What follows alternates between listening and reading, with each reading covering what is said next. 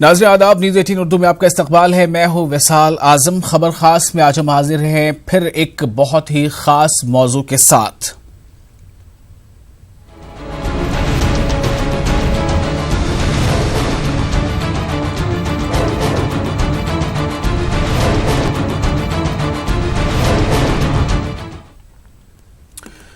दरअसल मुल्क के शहरी होने के नाते, किसी भी मुल्क के शहरी होने के नाते उस शहरी की यह जिम्मेदारी है, उस शहरी का यह हक है, अधिकार है कि उसे हुकूमत, खा वो रियासती हुकूमत हो या मरकजी हुकूमत हो, उसे वो बुनियादी सहूलतें फराहम कराए। मुल्क का हर एक शहरी, किसी भी मुल्क का हर एक शहरी करोड़पति हो, लाखपति हो, कोई जरूरी नहीं है, लेकिन जो बुनियादी हुकूक है उसे हर हाल में मयसर होनी चाहिए। ये जिम्मेदारी है हुकूमतों की, फेडरल स्ट्रक्चर बेस्ड हुकूमतों की, और हुकूमतों को इसके लिए कानून बनाने चाहिए ताकि वो अपने तमाम शहरियों को कम अज कम उस लेवल पर ले आए जहां उसे तमाम तरह की बुनियादी सहूलतें मयसर हो पाए। हम आज बात कर रहे हैं कुछ ऐसे लोगों की जो इस बात को लेकर परेशान है कि आज जो सिर के ऊपर एक छत है, वो पता नहीं कब ये छत सिर के ऊपर से हट जाए और खुले आसमान के नीचे जिंदगी गुजारनी पड़ी। लेकिन ऐसे लोगों की तादाद कुछ नहीं है, वो हजारों में है, 50,000 के आसपास है। दरअसल अहमदाबाद म्युनिसिपल कॉरपोरेशन के बस्ती खाली करने के नोटिस ने गफूर बस्ती के मकीनों की नींदें उड़ा दी हैं। अहमदाबाद म्युनिसिपल कॉरपोरेशन ने गफूर बस्ती को गैर कानूनी करार दे दिया है। ऐसे में यहां के लोग परेशान हैं कि हुकूमत को 50 सालों बाद बस्ती के गैर कानूनी होने का ख्याल आखिर क्यों कराया है। एक तफसीली रिपोर्ट देखिए। गफूर बस्ती के मकीनों का दर्द, म्युनिसिपल कॉरपोरेशन ने उड़ाई मकीनों की नींद, बसे बसाए आशियाने को छोड़ देने का नोटिस।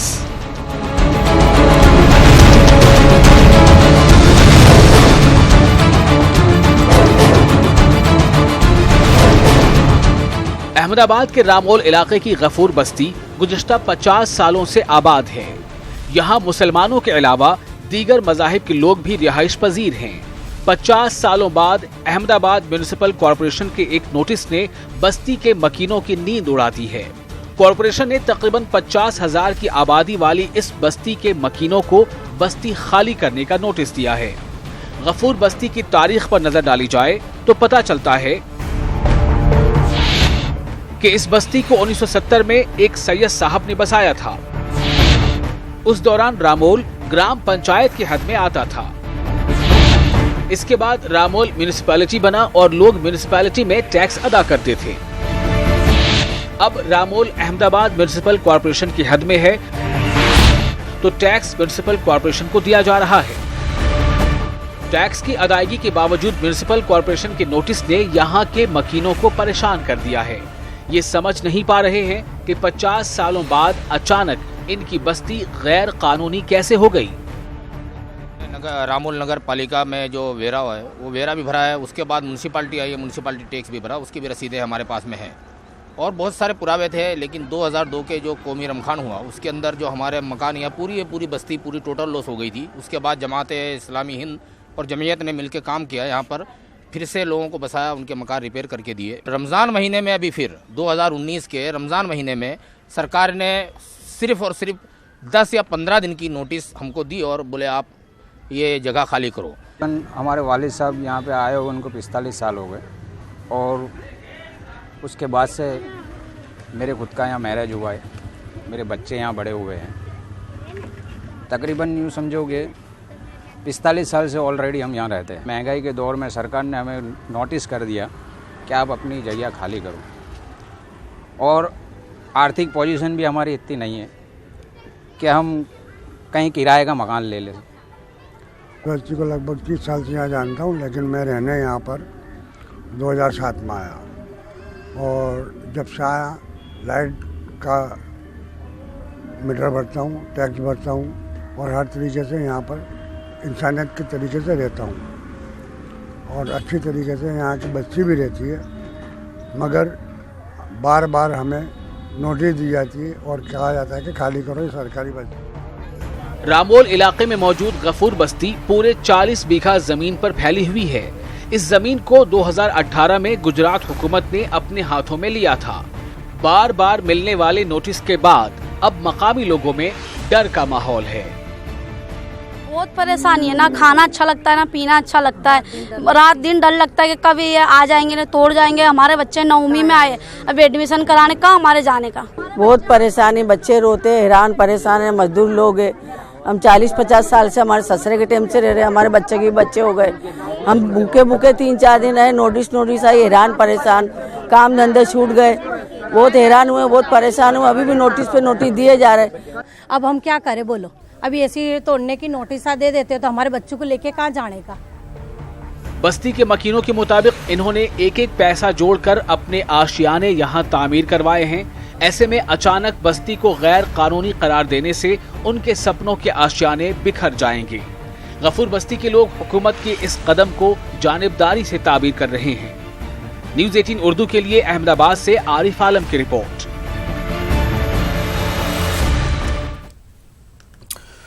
तो आपने देखा, आपने सुना, आपने उन खवातीन की बातें भी सुनी जो कई शक्लों में वहां मौजूद थी। कोई माँ थी तो कोई बहन थी तो कोई किसी की बेटी थी, और इनकी ये गुहार है कि अब हम जाएं तो जाएं कहां। दरअसल सवाल इस बात को लेकर है, मैंने पहले भी कहा कि ये कोई जरूरी नहीं कि मुल्क का हर एक शहरी करोड़पति हो, मुल्क का हर एक शहरी लाखपति हो। मुल्क में हर तबके और माशी तौर पर भी तबके हैं, अलग अलग से लोग रहते हैं। बल्कि जो जितना माशी तौर पर कमज़ोर होता है, हुकूमतों की जिम्मेदारी उतनी ज़्यादा हो जाती है कि उस तबके का खास ख्याल रखा जाए, उन्हें तमाम तरह की बुनियादी सहूलतें फराहम की जाएं।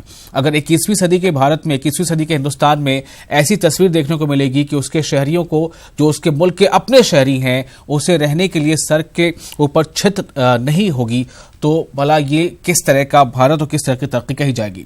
मामला दरअसल पूरा है क्या, इसे हम समझने की कोशिश करेंगे और ये जानने की कोशिश करेंगे कि हुकूमत के पास इसका मुतबादिल क्या क्या है, क्या इस मसले का और कोई हल है। हमारे साथ मुजाहिद नफीस हैं जो हमारे साथ सीधे अहमदाबाद स्टूडियो से जुड़ रहे हैं। ये सोशल एक्टिविस्ट हैं, समाजी कार्यकर्ता हैं और काफ़ी इस मौजू पर काम करते रहे हैं।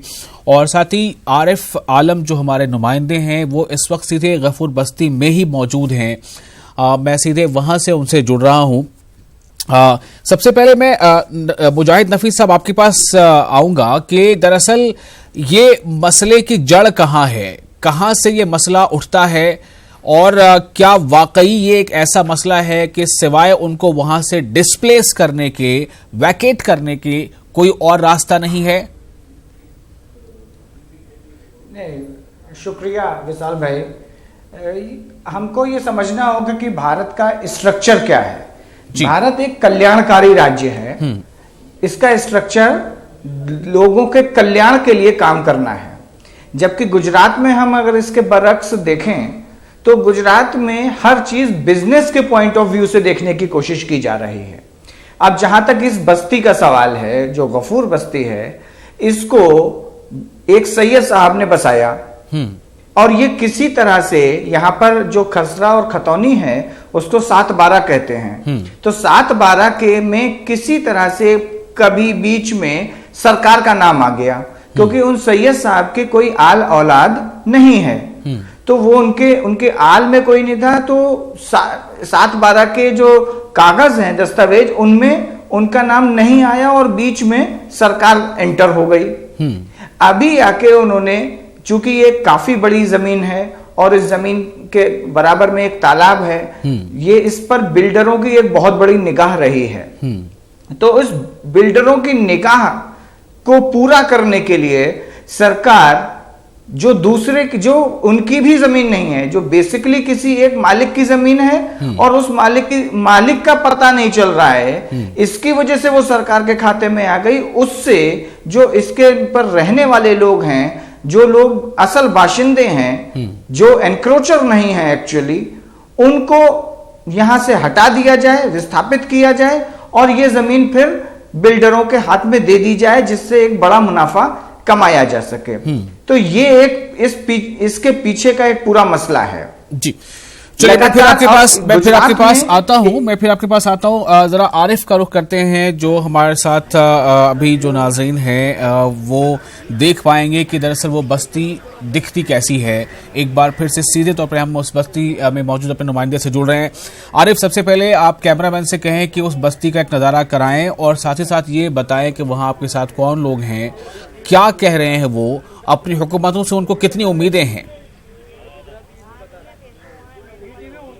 जी विशाल, साफ तौर से कहा जाए इस वक्त हम खड़े हैं अहमदाबाद के रामोल इलाके में। मैं अपने कैमरामैन से कहूंगा कि ये पूरा जो इलाका है उसको दिखाए और उसके बाद में यहाँ पर जो लोग खड़े हैं उनसे बातचीत करेंगे और ये बताने की कोशिश करेंगे कि इन लोगों की परेशानी क्या है और ये लोग आज क्यों अपने घर से बाहर निकल के रास्ते पर आए हैं। ख़ास तौर से अगर इस बस्ती के बारे में बात की जाए तो 1970 में सैयद साहब ने इसे बसाया था, लेकिन 2008 में इसमें सरकार आ गई और उसके बाद में अब नोटिस दिया गया है कि जल्द से जल्द ये मकान खाली कर दिए जाए। लेकिन सवाल ये उठता है कि अहमदाबाद म्युनिसिपल कॉरपोरेशन का अगर नियम है कि 10 साल तक एक ही जगह पर अगर कोई रहता है तो उनको वैकल्पिक व्यवस्था दिया जाए। दूसरा सवाल ये उठता है कि गुजरात सरकार जहां ये कह रही है कि अहमदाबाद को या पूरे गुजरात को स्लम फ्री बनाया जाएगा, तो ये कैसा नियम है कि एक साथ ही हजारों के तादाद में लोगों के जो छत हैं उसको उतार दिया जाए। आप देख सकते हैं लोग खड़े हैं और अपने जो डॉक्यूमेंट्स है, क्योंकि इन लोगों का यही विरोध रहा है कि भाई हम कोई यहाँ पर गैर कानूनी तरीके से कब्जा करने नहीं आए हैं, बल्कि हम आए हैं अपनी मांगों को लेकर। हम यहाँ के असल हकदार हैं और ये साफ जाहिर कर रहा है कि लोग जो इनके पास डॉक्यूमेंट्स है उसको लेकर आए हैं और खड़े हैं और इंसाफ की मांग कर रहे हैं। इनके पास और सारे डॉक्यूमेंट्स थे, लेकिन 2002 का जो दंगा हुआ था जी, उस दंगे में यहाँ पर काफ़ी ज़्यादा नुकसान हुआ था, लोगों के घरों को जला दिया गया था और यही वजह है कि 2002 के पहले के जो डॉक्यूमेंट्स हैं वो इनके पास नहीं है। लेकिन उसके बाद के जो डॉक्यूमेंट्स हैं इनके पास में जो अहमदाबाद म्युनिसिपल कॉरपोरेशन को टैक्स भरते हैं वो डॉक्यूमेंट्स है, उसके बाद में जो लाइट बिल है वो है, तो तमाम तरीके के डॉक्यूमेंट्स लेकर आए हैं।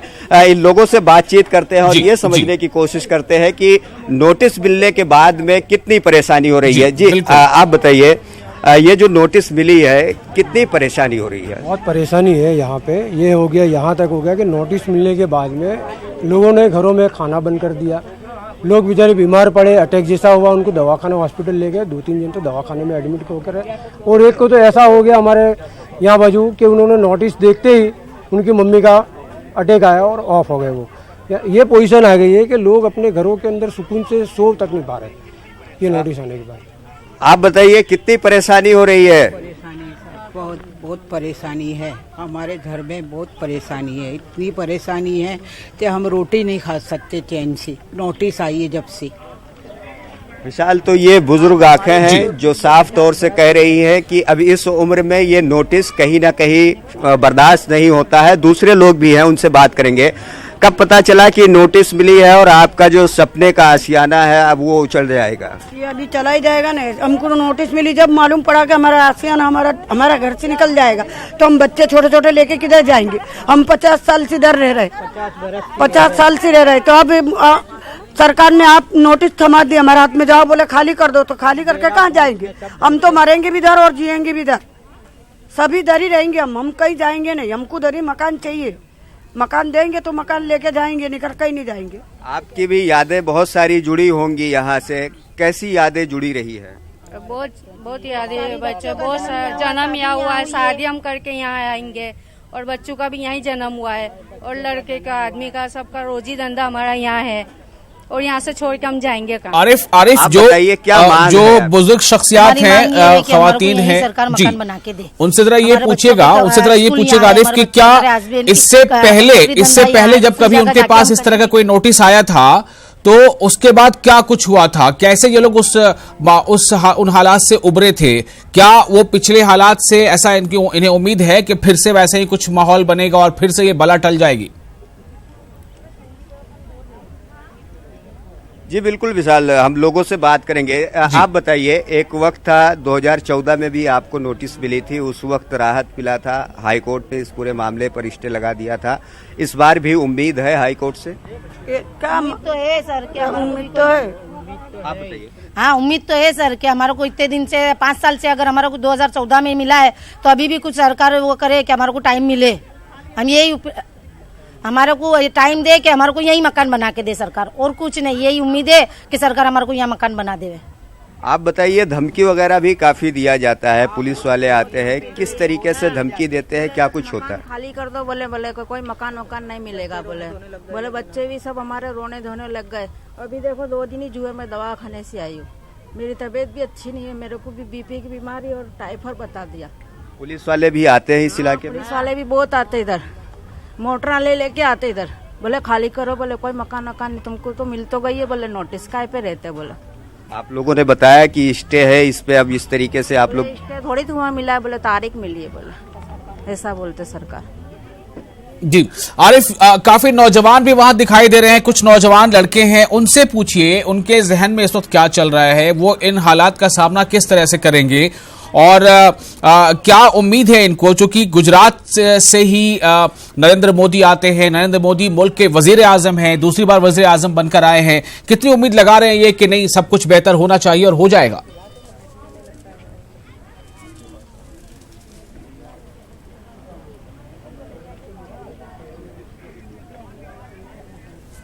आरिफ, आपको आवाज मिल पा रही है?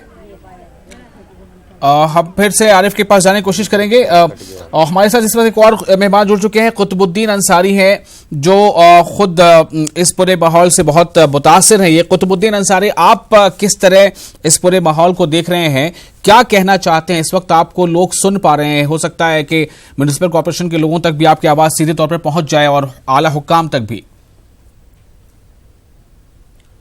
तो अभी इस परेशानी से सामना हो रहा है हमारा जी, कि जो आला अफसर थे तहसील के, उनके जरिए से नोटिस बजाया गया एक सेट मुजब का, और उसी दौरान हमारा रमजान शरीफ महीना चलता हुआ था, चालू था, और बहुत फिक्र और आलम का मालूम माहौल हो चुका था, जैसे कि 15 तारीख को आप खाली कर दो और 17 तारीख के दिन नहीं तो हम अपनी तरफ से, जैसे कि कॉरपोरेशन के आदमी और पुलिस के प्रोटेक्शन के साथ आकर आपको निकाल दिया जाएगा, खदेड़ दिया जाएगा।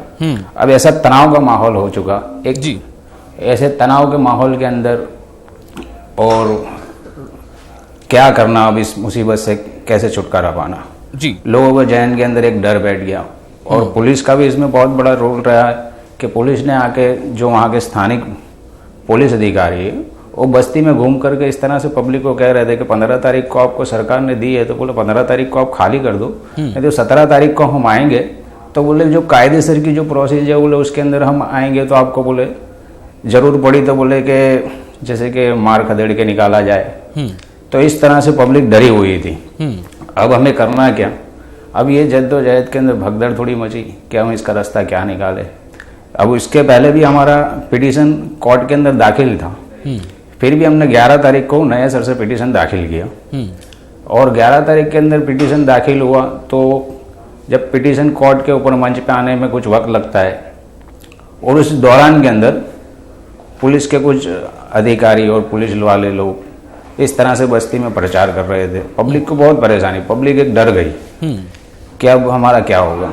जी, मैं आरिफ से इसलिए बात कर रहा था सीधे तौर पर कि लोग इस वक्त क्या कहना चाह रहे हैं। कई लोगों से हमने बात सुनी भी है और फिर से हम आरिफ के पास जाएंगे।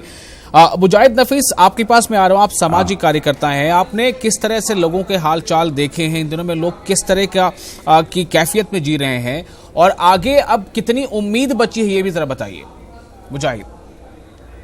नहीं, लोग तो बहुत ही ज्यादा डर में जी रहे हैं, लोग सदमे में भी हैं, सहमे हुए भी हैं। एक तो सरकार का जो कैरेक्टर है वो कैरेक्टर एंटी पीपुल है, और यहाँ पर जो ज्यादातर लोग हैं वो एक खास एक रिलीजन से ताल्लुक रखने वाले हैं, इसलिए उनके अंदर जो 2002 की यादें हैं, जो बहुत ही खराब यादें हैं, जिनमें उनकी पूरी बस्ती, ये बस्ती भी और इसके आसपास तमाम जो नुकसानात उन्होंने देखे हैं, जानें गंवाई हैं, इस वजह से वो इतने डरे हुए हैं कि पुलिस का कोई भी सिपाही भी जब आके कहता है कि कल तक आपको खाली कर देना है, हर तारीख से 2 दिन पहले सिपाही आके बस्ती में घूमने लगते हैं और कहते हैं कि आपको खाली कर देना है। इसलिए इनके अंदर जो खौफ है वो एक बहुत ज्यादा नीचे तक चला गया है। आगे मामला क्या है, रास्ता अभी क्या बचता है? जी, रास्ता सीधे सीधे सरकार के साथ लड़ाई का रास्ता है कि गुजरात सरकार की एक पॉलिसी है, पीपीपी पॉलिसी के तहत वो स्लम रीडेवलपमेंट और रिहेबिलिटेशन प्लान करते हैं। तो अगर वो ये मानते हैं कि ये बिल्कुल ही एनक्रोचर हैं, अगर ये भी मानते हैं, तब भी उसी जगह पर पक्के मकान बना के देने की सरकार की पॉलिसी है गुजरात में। तो उस पॉलिसी का अमल के लिए बात क्यों नहीं की जाती? और इसके लिए हमको लड़ाई लड़नी है और इसी के लिए ही यही एक रास्ता हो सकता है कि इसको लड़ाई लड़ी जाए और बाकी जो मालिकाना हक की लड़ाई है वो आगे। 15 तारीख का डेडलाइन मिली थी, तो वो डेडलाइन तो गुजर चुकी, तो अभी क्या सूरत हाल है? अभी क्या स्टे लग गया? जी, उसके हाईकोर्ट में पिटीशन ऑनगोइंग है, नेक्स्ट डेट उसमें लग रही है और जब तक नेक्स्ट डेट है तब तक कोई कार्रवाई ना हो, इस तरह से वो चल रहा है। तो अभी भी लटकती हुई तलवार अभी इस बस्ती के ऊपर है, इन लोगों के ऊपर है, वो लटकती हुई तलवार अभी बाकी है। जो है वो डेमोक्रेटिक सेटअप है, यहाँ किसी भी मसले को पॉलिटिकली जो है आगे बढ़कर उसे सुलझाने की कोशिश की जाती है। हम ये जानना चाहते हैं कि इसमें क्या आपको पॉलिटिकल जो आउटफिट्स है उनके कुछ लोगों का सपोर्ट मिल पा रहा है? क्या इन लोगों के सपोर्ट में कुछ पॉलिटिकल पार्टीज हैं या नहीं है? नहीं, बिल्कुल स्थानीय। अभी हम लोग पिछले ही हफ्ते कलेक्टर से मिलने गए थे, तो यहाँ के जो लोकल एमएलएज हैं वो 3 एमएलएज हम लोगों के साथ, और जो काउंसलर्स हैं कई, वो हम सब लोगों के साथ वहां कलेक्टर ऑफिस गए। कलेक्टर से काफी सौहार्दपूर्ण उसमें बात हुई और कलेक्टर ने हमको भरोसा भी दिलाया कि मैं बिल्कुल मानवीय दृष्टि के आधार पर इसके ऊपर काम करने की कोशिश करूंगा। जब तक हाईकोर्ट में पेंडिंग है तब तक थोड़ा सा इंतजार करना होगा, लेकिन फिर वो एक हीला हवाली वाला रवैया मुझको दिखाई देता है कि अगर आपके पास कोई पॉलिसी है और आप चाहते हैं तो आप हाई कोर्ट में उस पिटीशन के जवाब में आप दाखिल कर सकते हैं कि हमारे पास ये प्लान है, हम इस प्लान के तहत इनको रिहेबिलिटेट करेंगे या रीस्ट्रक्चर करेंगे। मतलब कोई प्लान भी सामने हम लोगों ने कलेक्टर से एमएलएज ने भी बात की, कोई प्लान भी सामने रखा नहीं किया, बस ये खाली बस अभी तो एक ही खाली कर दो जी। अभी एक यही कह रहे हैं कि बस खाली कर दो, प्लान कोई नहीं दे रहे हैं। तो अभी ये लड़ाई का अभी पूरा बाकी है कि ये किस तरह से कौन सी पॉलिसी के तहत इसको हम लोग रिहेबिलिटेट करा पाएंगे। फिर से एक बार हम रुख करते हैं आरिफ का। आरिफ, आपके साथ जो लोग भी मौजूद हैं वो सब कुछ ना कुछ कहना चाह रहे हैं, भले उन्हें ये पता नहीं है कि मैं क्या कहूं, किस तरह के अल्फाज का इस्तेमाल करूं, लेकिन आप जिन लोगों से भी बात नहीं, उनसे बात कीजिए, उनसे कहिए कि वो क्या कहना चाहते हैं। अपने उनकी रियासत के ही वजीर आजम हैं, प्रधानमंत्री हैं, क्या कहना चाहते हैं, वो किस तरह की गुहार लगाना चाहते हैं, क्या अपील करना चाहते हैं वो लोग? विशाल, इन लोगों से बात करने से पहले एक चीज जोड़ना जरूर चाहूंगा, क्योंकि अहमदाबाद म्युनिसिपल कॉरपोरेशन की जो हद है उसमें कहीं ना कहीं अहमदाबाद, पूरा अहमदाबाद आ गया और धीरे धीरे अब गांव के इलाके भी अहमदाबाद म्युनिसिपल कॉरपोरेशन में आ रहे हैं। अगर बात करें अहमदाबाद का एसजी हाईवे जो है, एसजी हाईवे पे नरोड़ा इलाका है, वहां के बीच में 13 किलोमीटर ऐसी जमीन है जो अहमदाबाद म्युनिसिपल कॉरपोरेशन और गुजरात सरकार की है। वहां पर बड़ी तादाद में लोगों ने गैर कानूनी तरीके से अपने कब्जे कर लिए हैं, लेकिन गुजरात सरकार वहां पर किसी भी तरीके से उसको हटाने की कोशिश नहीं कर रही है। जो सामाजिक कार्यकर्ता इस पूरे मुद्दे पर काम कर रहे हैं, उन लोगों ने ये भी सवाल किया कि गुजरात सरकार अगर इन लोगों को हटाने की कोशिश कर रही है तो उन लोगों को क्यों नहीं, जिनके पास दुकानें हैं और जो दूसरी चीजों के लिए उन तमाम जगहों का इस्तेमाल करते हैं। इसी मामले पर बातचीत करेंगे दूसरे लोगों से, क्योंकि इनके रोजी रोजगार भी यहाँ से जुड़े हुए हैं। अगर यहाँ से जाना कहने दीजिए नहीं, वो क्या कहना चाहते हैं, वो वजीर आजम नरेंद्र मोदी से क्या गुहार लगाना चाहते हैं जी, अपने वजीर आला से क्या गुहार लगाना चाहते हैं, आप बताइए। मोदी साहब यही के हैं, आप लोगों पर इतनी परेशानी, क्या मांग रहेगी मोदी साहब से? हमारी मोदी साहब से ये मांग है कि जो उनकी सरकार की एक पॉलिसी है कि जहाँ झुपड़ा क्या मकान, और मोदी साहब का ये भी कहना है कि सबका साथ सबका विकास, तो जो बिल्डरों को वो साथ दे रहे हैं मोदी साहब जो है, तो जितने भी बड़े बड़े मूड़ीबाज लोग हैं उनको सपोर्ट कर रहे हैं, लोन दे रहे हैं, तो हम गरीबों के लिए वो विनाश क्यों कर रहे हैं? हम ये चाहते हैं मोदी साहब से कि मोदी साहब यहाँ पे भी कुछ ऐसा कीजिए कि ये गरीब जो 1000 मकान है इनके भी सर पे छत रहे और वो अपने घरों के अंदर आराम सुकून से रह सके। आप क्या कहेंगे, क्या काम करते हैं और ये नोटिस मिलने के बाद घर के हालात अब कैसे हैं? हालात में लोडिंग रिक्शा चलाता हूँ। अब नोटिस मिलने के बाद में हालात तो घर के इतने बिगड़ गए हैं कि अभी काम तो छोड़ो, लेकिन अभी इसके पीछे भागम भागी में बच्चे फुल टेंशन में आ चुके हैं, बीवी अलग टेंशन में। तो मसले ऐसे है कि मैं तो मोदी साहब से यही कहना चाहता हूँ कि जब एक परिंदा झाड़ पे फंसता है तो उसको निकालने के लिए आपका 1-2 लाख की गाड़ी आती है। तो हम तो इंसान हैं, तो हमको तो कुछ मिलना चाहिए। और लगभग 33 साल की मेरी उम्र है, मेरा जन्म भी यहीं हुआ, शादी भी यहीं हुई, 3 बच्चे भी यहीं हुए। मेरे बच्चे यहीं म्यूनसिपालिटी स्कूल में, इसी गफूर बस्ती के स्कूल में पढ़ते हैं। आज आप मुझे कहीं और भेज दोगे, कहीं और कर दोगे तो मेरा पूरा फ्यूचर खराब हो जाएगा, मेरे पूरे बच्चों का फ्यूचर खराब हो जाएगा। तो मोदी सरकार से यही कहना है कि हाथ जोड़ के अपील करता हूं मैं कि हम जहां हैं हमको यहीं बना के दे दीजिए। आपकी बहुत बहुत मेहरबानी मोदी सरकार। ये बताइए यहाँ पर कितने स्कूल हैं और कितने अस्पताल हैं? अगर आप लोग बीमार होते हैं तो यहाँ पर इलाज के लिए क्या कोई सुविधा है और स्कूल है या नहीं है? म्यूनसिपालिटी एक स्कूल है छोटा सा यहाँ पे, और एक हॉस्पिटल है रामोल के अंदर, यहाँ से लगभग 1 किलोमीटर दूर। वहाँ पे भी सिर्फ बुखार की और सर्दी सर दर्द की बस यही दवा मिल सकती है। कोई बड़ा इशू हो जाए तो उसके लिए हमें बाहर जाना पड़ता है। तो स्कूल के बारे में भी काफी लड़ाई की गई आप लोगों ने, उसके बाद में यहाँ पर स्कूल बना। क्या कहेंगे, कितनी लड़ाई रही स्कूल को लेके आप लोगों की? स्कूल के लिए हम लोगों ने इतनी मेहनत करी है, हर जगह पे एप्लीकेशन किया है, विद्या मंत्री को लिख के दिया।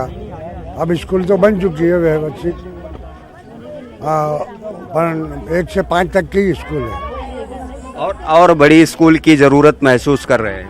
और अगर सरकार अगर करम करे, बच्चों पर रहम करे और यहाँ से 110 तक की या 111 तक का हो जाए तो सरकार की बड़ी मेहरबानी। सबसे पहले तो यहाँ पर सवाल ये उठता है कि मकानों को कैसे बचाया जाए जी। सबसे पहले सवाल ये उठता है कि मकानों को कैसे बचाया जाए। सब बार बार धमकाया जाता है खाली करो, भागो, खाली करो, जबकि यहाँ पर हम लोग सब टैक्स भरते हैं, हर तरह से मिलजुल के रहते हैं, कौमी एकता के बिल्कुल संगठन से रहते हैं। मगर फिर भी एक बात सवाल यही उठता है कि खाली करो यहाँ से। सरकार को अगर ये ज़मीन की ज़रूरत है और अगर पैसे की ज़रूरत है तो इस ज़मीन का पैसा हम खुद हफ्ते से भर के इसी जगहों पर हमको दे दे ये ज़मीन, और हम इसका पैसा धीरे धीरे भर देंगे। अगर सरकार को पैसे की ज़रूरत है, सरकार के पास पैसा नहीं है, सरकार नंगी हो गई है, तो अगर मेरे यहाँ मोहल्ले के लोग इस ज़मीन को हफ्ते से खरीदने के लिए तैयार हैं, जो हमारे मापड़े हैं उस तरह से हमसे पैसा ले ले। आप बताइए, काफी ज्यादा उम्र हो गई है। कभी है आरिफ हमारे पास